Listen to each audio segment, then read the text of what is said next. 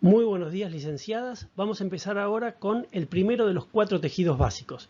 En esta clase lo que vamos a ver son las generalidades de los tejidos y vamos a empezar a hablar del tejido epitelial, que es el primero de los 4 tejidos básicos.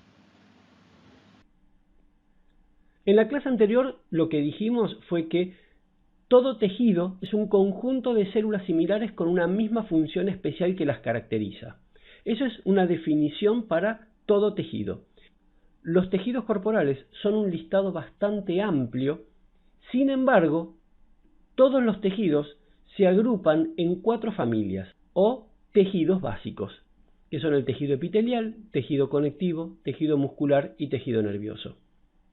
Si uno conoce un tejido que no es ninguno de estos 4, quiere significar que ese tejido pertenece a alguno de ellos. Por ejemplo, el tejido cartilaginoso o el tejido óseo. Esos 2 tejidos son un subtipo de tejido conectivo. Es decir, la familia es tejido conectivo y los componentes son todo un listado muy importante que vamos a ver cuando veamos la clase de tejido conectivo. ¿Qué es lo que hace que un tejido sea básico? Bueno, que responde a unas propiedades o características que lo definen. Todo tejido básico tiene propiedades, tiene un listado de propiedades o características que le son únicos. Y repito, es el listado, porque se va a ver que existen propiedades que están compartidas. Sin embargo, el listado total de propiedades o características que lo definen son propias de cada tejido. Y eso es lo primero que siempre tenemos que saber cuando hablamos de un tejido básico. Y un dato que tenemos que tener bastante en claro es que cuando uno habla de un tejido, morfológicamente todo tejido está formado por células y matriz extracelular. Esto es importante porque hay tejidos en donde la matriz extracelular o sustancia intercelular es muy pobre, como lo vamos a ver hoy, y otros como el tejido conectivo que es muy rica. Pero en términos generales, siempre cuando uno habla de un tejido tiene que saber que hay células y un componente llamado matriz extracelular. Cuando hablamos de las propiedades del epitelio, es decir, las características que definen al tejido epitelial, hay un listado muy amplio, es el tejido que más propiedades presenta. Las más importantes son que tapiza superficies libres y cavidades internas, que presenta escasa o nula sustancia intercelular, que es un tejido que no presenta vasos sanguíneos, un tejido que apoya siempre sobre una membrana basal o lámina basal, es un tejido polarizado, es decir, que presenta polos morfológicos y funcionales, y finalmente tiene otras propiedades que son más de biología celular. Vamos a ver ahora cada uno en detalle. Bien, comenzamos con la primera. Tapiza superficies libres o cavidades internas. ¿Qué son las superficies libres y las cavidades internas? Bueno, cuando uno mira un órgano hueco, todo órgano hueco tiene una gran cavidad interna que siempre está revestida, recubierta por tejido epitelial. Y también tiene superficies externas, y esas superficies externas pueden o no tener epitelio. Eso ya va a depender de cada órgano en forma individual. Hay órganos como por ejemplo la tráquea que no presentan epitelio en la pared externa. Hay órganos como el esófago que en una porción presentan epitelio en la pared externa y en otra porción no. Y hay órganos que lo presentan siempre, como por ejemplo el duodeno. Hay órganos macizos que en su superficie externa están completamente recubiertos por epitelio. Esto se da, por ejemplo, en el caso del ovario. Hay órganos que tienen una cobertura parcial, como es el caso del hígado, y hay órganos que no presentan una cobertura externa, como por ejemplo son las glándulas salivales. Es decir que existen superficies internas de órganos huecos, superficies externas de órganos huecos y superficies externas de órganos macizos. También se encuentran formando una cobertura en las cavidades internas de estructuras tubulares, pero que son microscópicas y que están en el interior del órgano. Hay muchos órganos en donde existen cavidades internas de muy pequeño tamaño que solamente son visibles al microscopio, como es el caso del riñón, y sin embargo cuando uno los mira con microscopio ve que esas cavidades efectivamente están recubiertas por epitelio. Y esas cavidades, ya sean macroscópicas o microscópicas, o esas superficies libres macroscópicas o microscópicas, son llamadas histológicamente como luz. Así que lo que vamos a hacer ahora es describir en detalle qué es una luz. La luz, por definición, es una región de un preparado sin tejido. Eso significa que cuando uno mira un órgano hueco, la cavidad interna, el agujero interno de ese órgano, no presenta tejido. Por eso se lo llama a este segmento la luz del órgano. Pero también tenemos luces acá, en la superficie externa. Cuando uno aumenta toda la pared, ve que hay una luz acá, es decir, una región sin tejido, una luz acá abajo, y si nos ponemos a mirar en detalle, acá adentro también hay una luz, es decir, también hay una región sin tejido. Esto es importante porque en realidad existen dos tipos de luces. Una luz puede ser real o una luz puede ser artificial o artefacto de técnica. Una luz es real porque se encuentra en vivo y en la mayoría de los casos está recubierta por epitelio. Esto se ve siempre en las superficies internas, en las luces internas de los órganos huecos y en muchos casos en las luces externas, en la superficie externa de los órganos huecos. Pero la realidad, como concepto genérico, una luz es real porque se encuentra en vivo claramente y habitualmente está recubierta por epitelio. Esta luz que nosotros tenemos acá en este preparado, que es un preparado de tráquea, en realidad surgió por la técnica histológica. Esto lo sabe uno porque conoce la histología del órgano y sabe que en esa posición no existe una luz real. Esto significa que acá lo que se produjo fue un desgarro del preparado durante la técnica histológica. Esta luz, que fue producto de la técnica histológica, y por ende no existe en vivo, es un artefacto de técnica o luz artificial. Y toda luz artificial que se produce por un error en la técnica histológica o por un problema durante la técnica histológica nunca está recubierta por epitelio. Esto es importante porque cuando uno mira un preparado y encuentra una luz, tiene que aceptar y tiene que analizar esa luz para ver si corresponde a una luz real o si es un artefacto. Un muy buen ejercicio es encontrar una luz en uno de los bordes y ver si el tejido que se encuentra en contacto presenta las características que definen el tejido epitelial. Entonces, ya sabemos que todo tejido epitelial recubre superficies libres o cavidades internas, o lo que es lo mismo decir, se encuentra en contacto siempre con una luz. Entonces, cuando uno mira a una luz, cuando uno mira a una cavidad, lo que tiene que hacer es analizar al tejido que está en contacto, marcar sus límites y decir, bueno, este tejido que yo estoy viendo acá, este tejido cuestionado o este de acá, ¿responde a las características que definen al tejido epitelial? Bueno, por lo pronto tenemos una sola, que es que se encuentra tapizando superficies libres o cavidades internas, o lo que es lo mismo decir, se encuentra en contacto con una luz. La segunda característica histológica que define al tejido epitelial es que presentan escasa o nula sustancia intercelular o matriz extracelular. Esto significa que las células están en íntimo contacto, no están separadas, sino que están en íntimo contacto. Y por ende, como están apoyadas unas contra la otra, tienen uniones intercelulares importantes que las mantienen unidas. Es un tejido donde sus células están fuertemente unidas unas a las otras. Y como las células están muy juntas, los núcleos celulares están muy cercanos entre sí. Vamos a ver cómo se observa eso cuando miramos imágenes histológicas. Siempre lo primero que tenemos que hacer es tomar contacto con una luz. Acá hay una luz, acá hay otra luz. Veamos el tejido que está en contacto con esta luz. Por ejemplo, este tejido de acá cuestionado.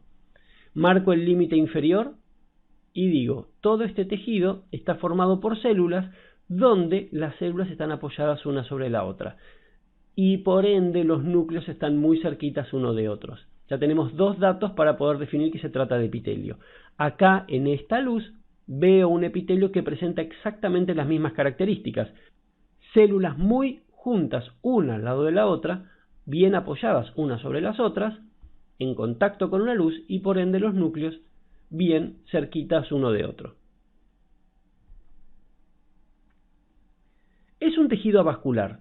La realidad es que no es una variable para mirar al microscopio, porque uno lo que tendría que hacer es no encontrar vasos sanguíneos. Pero la realidad es que es un dato muy importante de la teoría.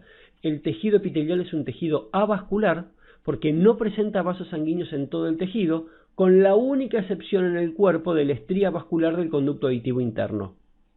Todo el resto de los tejidos epiteliales, por definición y función, son avasculares. ¿Por qué digo por función? Bueno, porque los epitelios son la primera barrera que existe entre el exterior y el interior. El exterior, sobre todo en nuestras superficies corporales, están repletas de bacterias, que forman lo que se llama la biota normal. Antiguamente se llamaba flora, pero ya queda claro que no es reino vegetal, así que se la llama biota normal. Esa biota está perfecta en la superficie en la que se encuentran, pero no deben entrar al cuerpo. Al igual que otro microorganismo que es patógeno, no debe entrar fácilmente al cuerpo. ¿Qué es lo que hace el epitelio? Forma una barrera que impide que pasen. ¿Y por qué no tiene vasos sanguíneos? Porque los microorganismos aman la sangre, aman los vasos sanguíneos porque de esa manera se pueden diseminar rápidamente por el cuerpo. Así que le sacamos los vasos a la primera barrera, que es el tejido epitelial, lo ponemos en el tejido contiguo y el epitelio actúa con una gran función de defensa. Ahora, ¿cómo se nutren los epitelios entonces? Bueno, los epitelios se nutren a través de los vasos sanguíneos que se encuentran en el tejido que se encuentra al lado, en el tejido contiguo, que siempre es tejido conectivo. Vamos a ver que en la gran mayoría de los casos, el tejido conectivo que se encuentra subyacente es un tejido conectivo laxo. ¿Y por qué es importante esto? Y bueno, porque los tejidos conectivos laxos son los que mayoritariamente capilarizan los vasos sanguíneos. O lo que es lo mismo decir, son los tejidos en donde se encuentran los vasos capilares, que son los encargados de nutrir. Entonces, frente a la pregunta, ¿cómo se nutre un epitelio? Bueno, se nutre por difusión de nutrientes que provienen de los vasos presentes en el tejido conectivo subyacente, que muy frecuentemente es el tejido conectivo laxo. Otra característica no visible al microscopio óptico es que apoyan sobre una membrana basal. La membrana basal es una membrana acelular y avascular, o sea que no tiene células y no tiene vasos sanguíneos. Está formado fundamentalmente por proteínas. Morfológicamente tiene dos capas llamadas lámina basal, que es toda esta membrana en contacto con el epitelio, y la lámina reticular en contacto con el tejido contiguo, que es el tejido conectivo. ¿Qué vamos a encontrar en la lámina basal? Vamos a encontrar las proteínas colágeno 4, único lugar en el cuerpo en donde hay colágeno 4, laminina, fibronectina y un proteoglicano llamado perlecano. En este momento no vamos a hablar en detalle de los proteoglicanos, es un tema que lo vamos a desarrollar bien en profundidad cuando hablemos del tejido conectivo. Lo único que quiero adelantarles es que los proteoglicanos son macromoléculas que tienen una proteína central y glucosaminoglucanos sulfatados pegados a esa proteína central. Estos glucosaminoglucanos sulfatados, estos GAGs sulfatados, le dan una importante carga negativa. Y esto es importante porque la membrana basal tiene carga negativa a expensas de este proteoglicano llamado perlecano. Y después, la lámina reticular presenta a fibras reticulares. Repasemos un poquito porque esto es importante recordarlo. La membrana basal, que es todo, está formado por dos capas o láminas, llamadas lámina basal en contacto con el epitelio, lámina reticular en contacto con el tejido contiguo, que es el tejido conectivo. La lámina basal presenta colágeno 4, laminina, fibronectina y perlecano, y la lámina reticular presenta fibras reticulares. Si a mí me dicen que debajo de un epitelio hay lámina basal y no membrana basal, tengo que entender que no hay lámina reticular por debajo de la lámina basal, que solamente se encuentra la lámina basal. Ahora, la lámina basal también se divide en dos capas, y esas capas se llaman lámina lúcida en contacto con el epitelio y la lámina densa en contacto con la lámina reticular. Hay toda una controversia respecto de la lámina lúcida. Hay quienes plantean que se trata efectivamente de una capa y hay otros que plantean que en realidad es una retracción de la lámina densa, de la lámina basal también, y me forma una sublámina. Sea cual fuere la idea, cuando uno observa el microscopio electrónico, en la lámina lúcida yo voy a ver a las proteínas integrinas que forman parte de los hemidesmosomas del epitelio que permite el anclaje del epitelio a la membrana basal.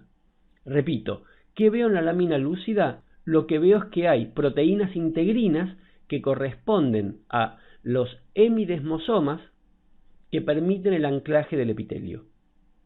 Haciendo un repaso rápido, tenemos a la lámina basal, tenemos a la lámina reticular, y en la lámina basal tenemos a la lámina lúcida y a la lámina densa.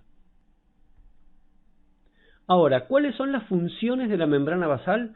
Las funciones de la membrana basal son anclaje del epitelio al órgano, es muy importante, habíamos dicho previamente que gracias a las integrinas el epitelio queda anclado a la membrana basal por medio de los hemidesmosomas. Es una barrera física porque habíamos dicho que tiene carga negativa y va a repeler a microorganismos capsulados que presentan carga negativa en su cápsula. Actúa a nivel del ultrafiltrado de la sangre en el riñón. Vamos a ver cuando veamos el aparato urinario la importancia que tienen las membranas basales del capilar glomerular y de la hoja visceral de la cápsula de Bowman, que son los dos elementos que interactúan para formar lo que se llama barrera de ultrafiltrado.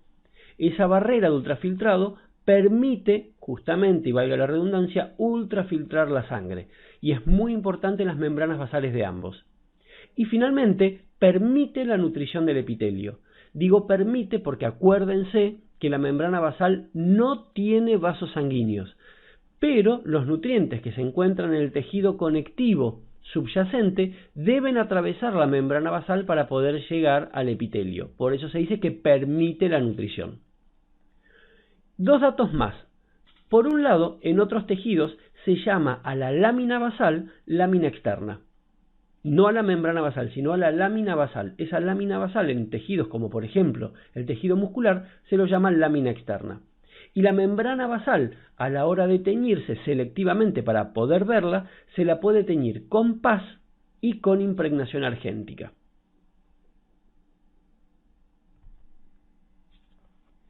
Otra característica muy importante o propiedad muy importante del tejido epitelial es la polaridad celular.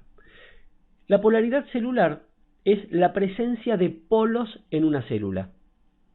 Tan simple como eso. Y los polos no como un fenómeno de carga, sino como superficies.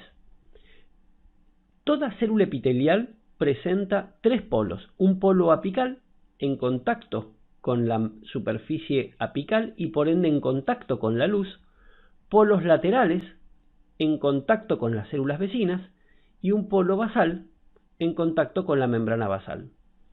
Estos tres polos son morfológicos porque yo puedo identificarlos en la morfología de la célula, el polo apical siempre en contacto con una luz, el polo lateral siempre en contacto con las células vecinas y el polo basal siempre en contacto con la membrana o lámina basal.